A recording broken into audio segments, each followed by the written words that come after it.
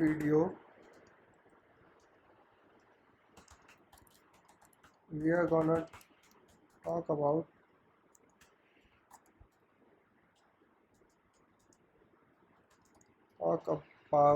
uh, the print statement in Python, or you can say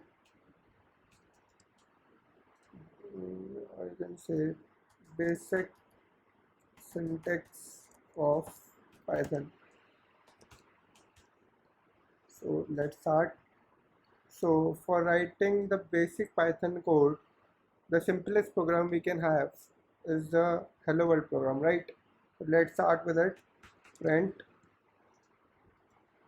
hello world.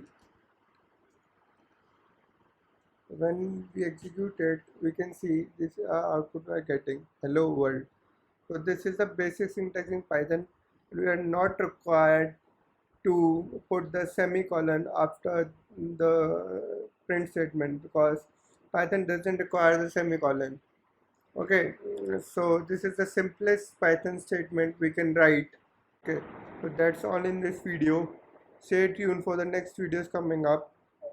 Till then, like, share and subscribe to my channel. Thank you.